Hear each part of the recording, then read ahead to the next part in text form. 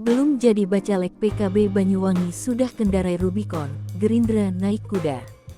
Bakal calon legislatif bacalek di Kabupaten Banyuwangi datang ke kantor KPU Banyuwangi, Sabtu, tanggal 13 Mei tahun 2023.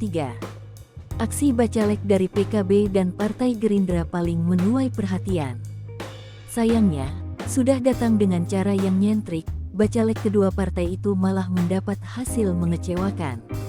Ketua Partai Kebangkitan Bangsa PKB Banyuwangi, Abdul Malik Syafaat, datang bersama rombongan elit partai dengan menaiki mobil mewah Rubicon hitam.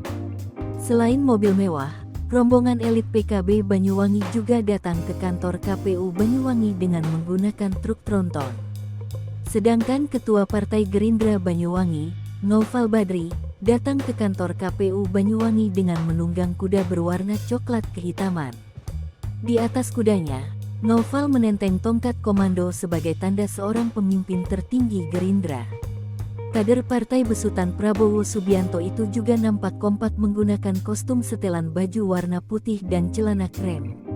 Namun sayangnya, euforia kegembiraan pendaftaran bacalek dari dua partai tersebut berlangsung singkat. Sebab KPU Banyuwangi menolak berkas keduanya. Ketua KPU Banyuwangi, Dwi Anggraeni, mengatakan berkas pengajuan PKB dinyatakan dikembalikan. Alasannya karena ada ketidaksesuaian nomor urut bacalek pada surat persetujuan DPP, aplikasi Silon, dan dokumen fisik. Hal sama terjadi pada Partai Gerindra. KPU Banyuwangi menyebut, berkas pengajuan Partai Gerindra belum lengkap.